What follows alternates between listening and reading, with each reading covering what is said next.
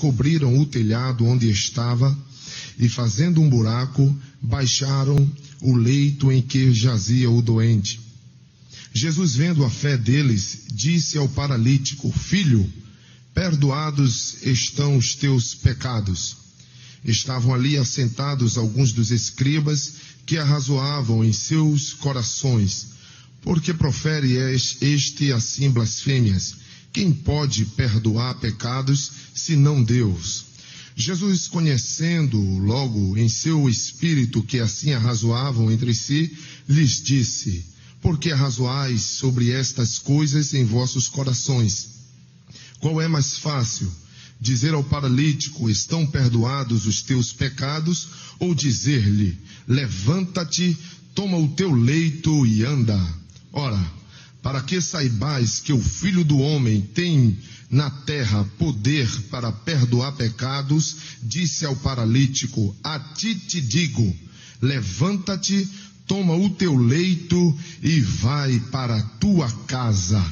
Ele se levantou e, tomando logo o leito, saiu na presença de todos, de sorte que todos se admiraram e glorificaram a Deus, dizendo: Nunca vimos tal coisa. Amém.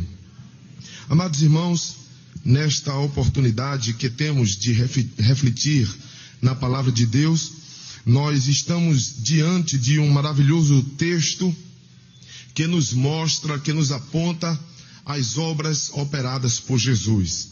E aqui o texto narrado por Marcos é um texto muito interessante e enfático para nos mostrar que Jesus tem poder para perdoar pecados e para curar.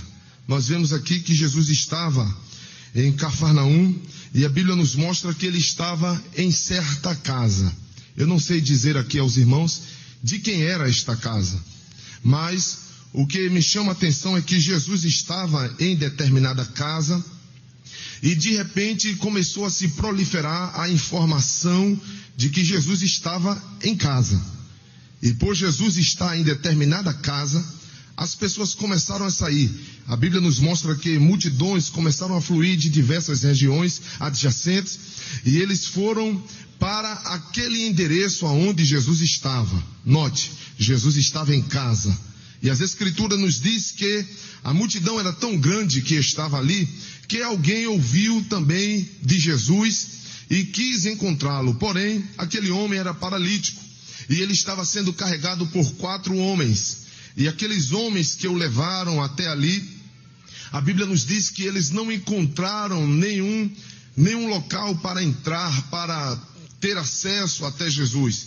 De maneira tal que eles se esforçaram da maneira que puderam se esforçar. E eles abriram o teto. E quando abriram o teto, eles desceram aquele homem por aquele lugar. Note que a Bíblia nos mostra que eles tentaram de forma horizontal entrar pela casa, talvez pela janela, talvez pela porta, e não havia brecha. Mas quando eles foram de forma vertical, por cima, quando eles foram pelo alto, eles conseguiram. E de maneira tal que no local que não havia espaço agora, foi aparecendo espaço de tal maneira que aquele homem estava ali e agora ele se tornou o centro das atenções. Jesus olha para ele e diz a ele: Filho, os teus pecados estão perdoados. E ali agora os escribas, os doutores da lei, aqueles que eram peritos em conhecer as Escrituras, agora estavam falando em seus corações, questionando, eles estavam perturbados dentro de si. E ali, eles preocupados, eles diziam: quem é este que está perdoando o pecado? Porém, eles não estavam diante de qualquer mestre. Eles não estavam diante de qualquer líder religioso. Eles estavam diante de Jesus. E Jesus tem poder para ler a mente, o coração de todos os homens. E eu quero dizer aqui aos presentes que Ele não fez isto só no passado. Ainda hoje, Ele conhece o anseio do coração do homem. Aqui, olhando para esta multidão, eu não conheço a maioria que aqui estão. Não sei citar os nomes dos que aqui estão. Mas nós estamos diante daquele que é Senhor de todos nós. Ele conhece a ansiedade do teu coração. Ele conhece as complexidades que estão na tua alma. E eu quero te dizer, este mesmo Jesus conheceu aquilo que passava no coração dos escribas, de tal maneira que ele chega a dizer: por que arrazoais em vosso coração sobre o perdão do pecado? Para saber que o Filho do Homem tem poder para perdoar pecado, eu também digo: levanta-te. E aquele homem tomou a sua cama e ele saiu dali em pé, andando, louvando o nome do Senhor, e toda a multidão que estava ali glorificou o nome de Jesus. Quem pode dizer amém? Amém? Amados irmãos, nós lemos aqui este texto bíblico e acabamos de narrá-lo de alguma forma aqui para os irmãos. Porém, existem algumas lições neste texto em apreço que me chamam a atenção. Este texto que é tão conhecido, tão falado, ele me chama bastante atenção, porque há algumas verdades aqui, ou muitas verdades, porém eu gostaria de destacar algumas destas verdades que me chamam a atenção. E a primeira lição que me chama a atenção aqui está no verso de número 1. Se você puder continuar com a sua Bíblia aberta, capítulo de número 2, o verso de número 1 de Marcos, diz assim: alguns dias depois, entrou outra vez em Cafarnaum e soube-se que estava em casa. Soube-se que estava em casa. E o que me atrai neste texto narrado por Marcos é que ele diz que Jesus estava em casa. Eu gostaria de pedir aos irmãos que, se for possível, repetissem comigo: Jesus está em casa. Não, agora a gente vai dizer com alegria, tá bom? Jesus está em casa. Mais uma vez: Jesus está em casa. Este foi o anúncio da multidão. Olha, Jesus está em casa. Olha, Jesus está em casa. Ei, Jesus tem andado por Jerusalém, Jesus tem andado por Nazaré, mas hoje Jesus está em casa. Jesus muitas vezes está na sinagoga, muitas vezes Jesus está no templo, muitas vezes ele está na rua, outras vezes está no barco, mas hoje Jesus está em casa. E isto me chama a atenção, irmãos, porque não é a única vez na Bíblia que nós vemos a narrativa dizendo que Jesus estava em casa. Há outras narrativas, e eu gostaria de convidá-los a abrir a Bíblia em Mateus, capítulo de número 8. Se você puder abrir a sua Bíblia, Mateus 8 e o verso 14, diz assim: e Jesus, entrando na casa de Pedro, viu a sogra deste jazendo com febre. Veja, o texto está dizendo: Jesus, entrando na casa de Pedro, viu a sogra deste jazendo em febre, e tocou-lhe na mão, e a febre a deixou, e levantou-se e serviu-os. E chegando à tarde, trouxeram-lhes muitos endemoniados, e ele, com as suas palavras, expulsou deles os espíritos, e curou todos os que estavam enfermos, para que se cumprisse o que fora dito pelo profeta Isaías, que diz: ele tomou sobre si as nossas enfermidades e levou as nossas doenças. Mas veja a primeira frase do verso 14, que Mateus narra dizendo: e Jesus entrando na casa de Pedro. Ainda eu gostaria de vos convidar a ler o texto que está em Marcos. Abra sua Bíblia, Marcos capítulo de número 5, versículos de número 36 em diante. As Escrituras nos diz o seguinte: e Jesus, tendo ouvido essas palavras, disse ao principal da sinagoga: não temas, crê tão somente.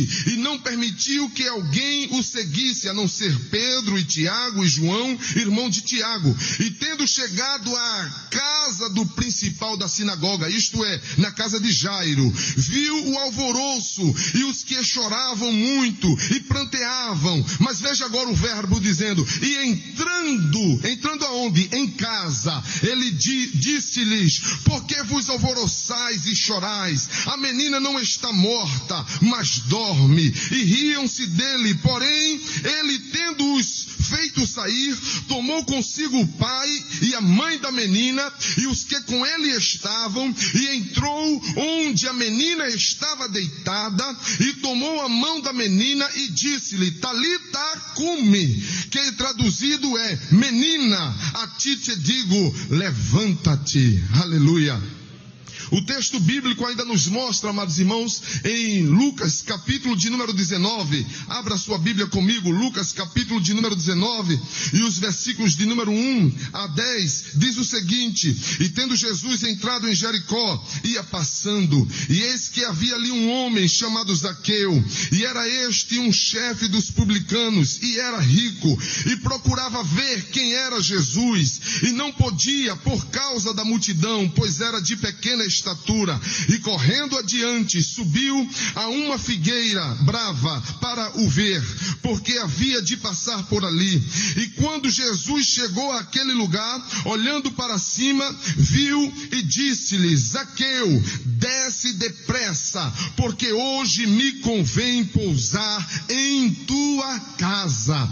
E apressando-se desceu e recebeu-o com júbilo, e vendo todos isto murmuravam, dizendo que entrara para ser hóspede de um homem pecador. E levantando-se Zaqueu disse ao Senhor, Senhor, eis que eu dou aos pobres metade dos meus bens, e se em alguma coisa tenho defraudado alguém, o restituo quadruplicado. E disse-lhe Jesus, hoje veio salvação a esta casa, pois também este é filho de Abraão, porque o Filho do Homem veio buscar e salvar o que se havia perdido.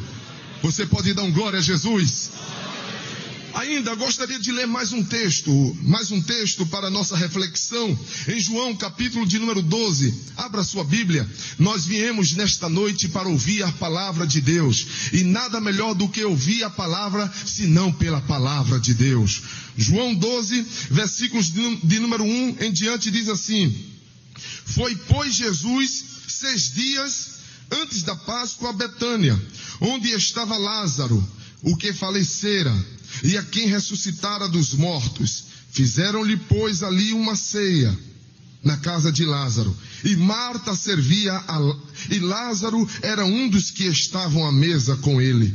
Então Maria, tomando uma libra de unguento de nardo puro, de muito preço, ungiu os pés de Jesus, e enxugou-lhes os pés com os seus cabelos, e encheu-se a casa do cheiro do unguento. Amém. Nós acabamos de ler aqui, irmãos, 4 referências bíblicas, em Mateus, em Marcos, em Lucas, em João, e lemos esses textos para dizer aos irmãos que nos evangelhos, cada um com a sua perspectiva, com a sua forma de ver as operações de Cristo, mas todos eles registraram que Jesus esteve em casa. E o que me chama a atenção no texto de Marcos é que Jesus, estando em casa, alguma coisa acontece. Quando ele entrou na casa de Pedro, a Bíblia nos mostra que a sua sogra estava enferma. Mas quando Jesus está em casa, existe milagre para acontecer. A Bíblia nos mostra que chegando na casa de Jairo, a sua filha estava morta. Escuta bem esta palavra. Ela estando morta, não havia esperança. Ela estando morta, não havia mais perspectiva sobre aquela jovem. Ela estando morta, agora o que se esperava era o fim. Era o que se esperava agora, era o sepultamento. Mas porque Jesus entrou em casa, houve esperança. Nesta noite eu venho aqui pela autoridade do nome de Jesus ministrar esta palavra e dizer que quando Jesus está em casa, Ele ressuscita a esperança. Aquilo que você dá por perdido, aquilo que você diz que não tem solução, chama Jesus hoje e diz: Jesus, vem para a minha casa. Porque se Jesus entrar na tua casa, Ele vai curar. Se Jesus entrar na tua casa, Ele vai ressuscitar. Se Jesus entrar na tua casa, como Ele entrou na casa de Zaqueu,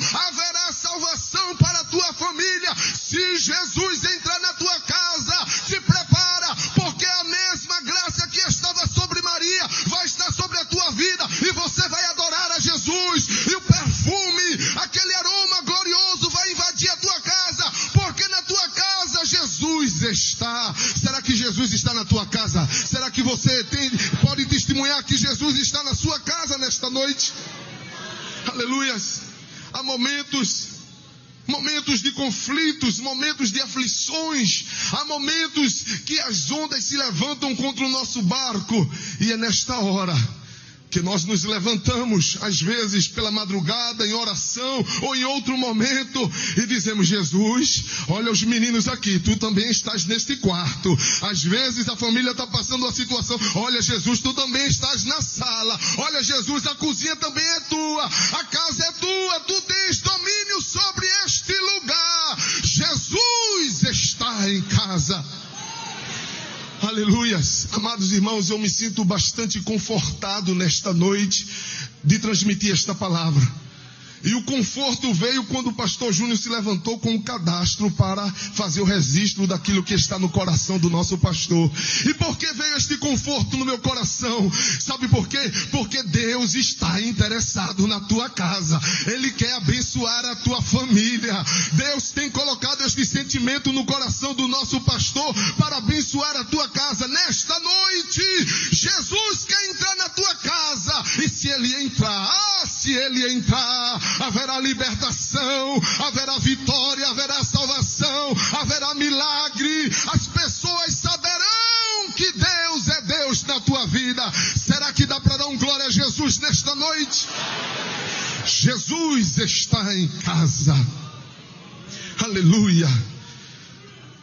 A segunda lição que me chama a atenção nesta noite é o que está no verso de número 3, capítulo 2, verso de número 3, o texto bíblico diz assim: vieram ter com ele, conduzindo um paralítico, trazido por 4 homens.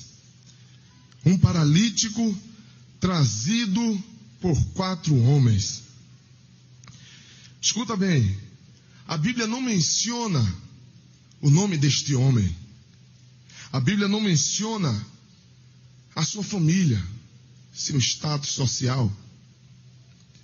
A Bíblia não menciona aqui nenhuma referência que nos faça compreender melhor quem era este homem. Seu nome não é citado, a origem familiar, a origem da cidade que ele vem. E isto me traz uma lição tremenda, porque quando Deus quer operar um milagre, Ele não está interessado no nosso título. Ele não está interessado nos nossos diplomas. Ele não está interessado no tipo de casa que moramos. Deus ama a todos, independentemente da sua situação sociopolítica, econômica, racial. Não importa quem você seja, Jesus te ama. E Marcos, inspirado pelo Espírito de Deus, ele vai narrando esta situação, que este homem estava ali, um homem. Talvez você esteja aqui nesta noite dizendo: eu sou mais um no meio da multidão. Talvez você diga: ninguém sabe meu nome, ninguém sabe a minha história. Mas eu quero te dizer, Jesus está em casa. E se Jesus está em casa, tem um milagre para acontecer. Existe um encontro marcado com Cristo nesta noite. Ele deseja abençoar a tua vida. A Bíblia nos mostra, amados irmãos, que a multidão estava ali, como diz no verso de número 2, por causa da palavra. A expectativa do povo estava baseada na palavra. E porque o povo veio para ouvir a palavra de Deus, o milagre estava prestes a acontecer. Mas eu quero dizer ainda que o milagre não acontece em tempo de bonança. O milagre não acontece em tempo de abundância. O milagre não acontece no tempo que estamos em prosperidade, frutíferos. O milagre acontece em tempo de escassez. O milagre acontece no momento que nós não temos nada, não podemos nada. E era assim que este homem estava. Ele era um homem limitado. Possivelmente ele era um homem bom, porque ele estava sendo carregado por 4 homens. E possivelmente os 4 amigos se compadeceram dele e o levou àquele lugar. Mas, mesmo sendo um homem bom, possivelmente, de boa índole, isto não lhe garantiu a autonomia de ir e vir quando quisesse. Este homem, ele tinha suas limitações. Ele tinha muitas habilidades, mas lhe faltava algo. Ele não podia andar. Aparentemente, este era o único problema deste homem, o problema físico. Porém, nós vamos partir para a terceira lição, porque na terceira lição nós observamos que Jesus vê além do aparente.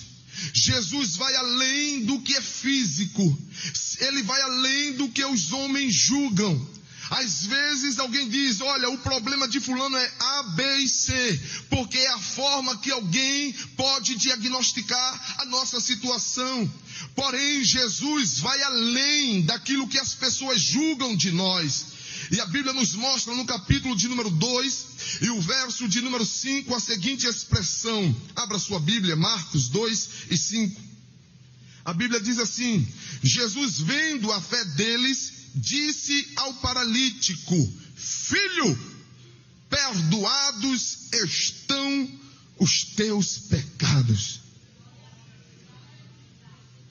Perdoados estão os teus pecados. Ora, como é que pode? Eu vim à procura de um milagre, eu vim à procura de andar, e agora Jesus vai além da minha expectativa, ou da expectativa dos amigos, além do diagnóstico.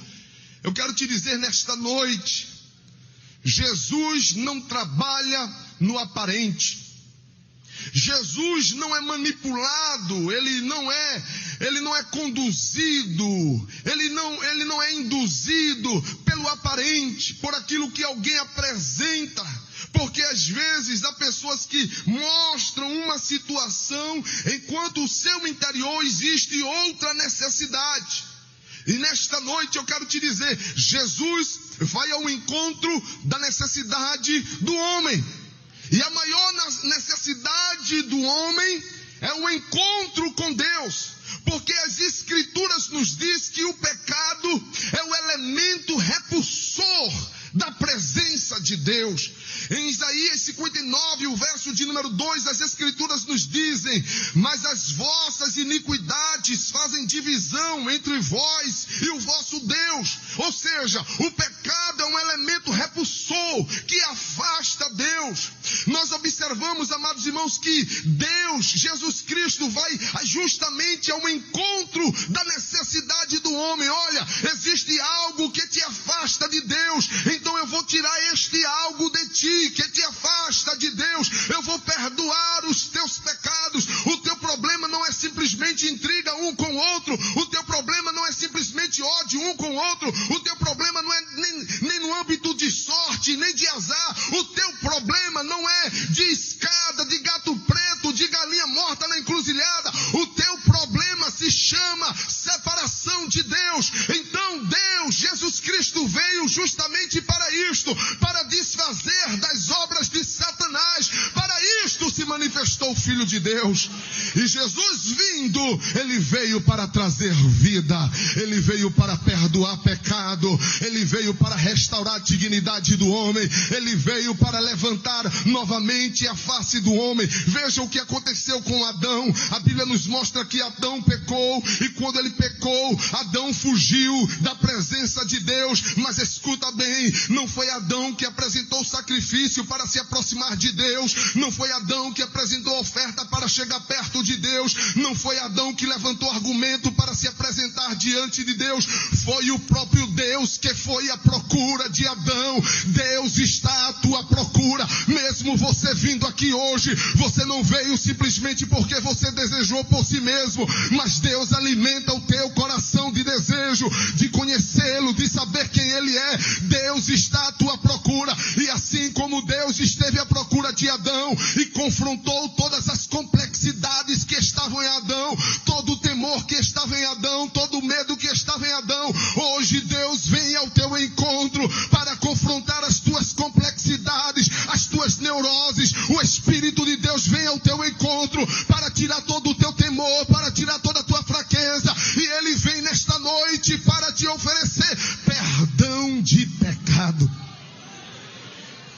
perdão de pecado o pecado não é um conjunto de regras que normatiza a sociedade. Pecado também não tem nada a ver com conceito filosófico, nem a ver com conceito teológico. Pecado é a transgressão que promove morte, que promove separação de Deus, porque todos pecaram e estão destituídos da glória de Deus. Porque o salário do pecado é a morte, mas o dom gratuito de Deus é a vida eterna por Cristo Jesus, nosso Senhor. Jesus deseja restaurar a família. Se você crê nisto, diga amém. Jesus deseja abrir porta de emprego. Se você crê nisto, diga amém. Jesus deseja promover em funções profissionais. Se você crê nisto, diga amém. Jesus também deseja dar diplomas acadêmicos. Se você crê nisto, diga amém. Porém, muito mais do que algo tangível, muito mais do que algo palpável, Deus tem um interesse maior para dar a cada um de nós, e isto se chama perdão, porque é através do perdão de pecado que Ele traz o homem de volta para si. Antes ele era chamado de criatura, mas agora, através do perdão de pecados, ele é chamado filho de Deus. É justamente isto que Deus deseja fazer com você nesta noite. Ele deseja trazer perdão de pecados. E infelizmente aqueles homens, eles não puderam entender esta verdade. Aqueles doutores da lei, eles não entenderam isso. E Jesus agora diz: olha, para que vocês saibam que o Filho do Homem tem poder, não só para perdoar pecados, mas poder para curar. A ti te digo, levanta-te e anda. Jesus estava demonstrando ali: olha, eu tenho poder para perdoar pecados, e tenho poder para operar milagres, eu tenho poder para abrir porta até onde não tem parede, eu tenho poder para fazer grandiosas coisas, eu tenho poder para dar vista ao cego, eu tenho poder para libertar de câncer, eu tenho poder para curar do vírus do HIV, eu tenho poder para restaurar a família que está destruída, eu tenho poder para operar grandiosas coisas, mas acima de tudo, eu posso perdoar pecados. Sabe por quê, irmãos? Nós aprendemos isso com os nossos pastores, com o nosso pastor em especial, que você pode ser perdoado e continuar doente. Você pode ser salvo e continuar desempregado. Você pode ter comunhão com Deus e ainda ter os problemas ao seu lado. O que você não pode é ter saúde sem Deus, prosperidade sem Deus, diplomas sem Deus. Escuta uma frase que eu quero dizer, e não tenha isso como clichê, mas tenha esta frase como uma realidade de prática de vida: sem Jesus não dá. Escuta esta frase: sem Jesus não dá. Era isto que Jesus queria dizer àquele homem e àquela multidão que estava ali: sem perdão de pecado não dá. Eu vou perdoar pecado e vou levantar este homem. Nesta noite, Jesus deseja salvar a tua vida. E eu gostaria, com a autorização do nosso pastor, perguntar: quem é a primeira vida que nesta noite deseja aceitar Jesus Cristo como Salvador? Talvez você esteja aqui e esteja prostrado, você esteja sendo conduzido por outros e está sem força, mas eu quero te dizer: Jesus é aquele que levanta o homem. Aonde está a primeira vida que deseja ser levantada por Deus? Jesus deseja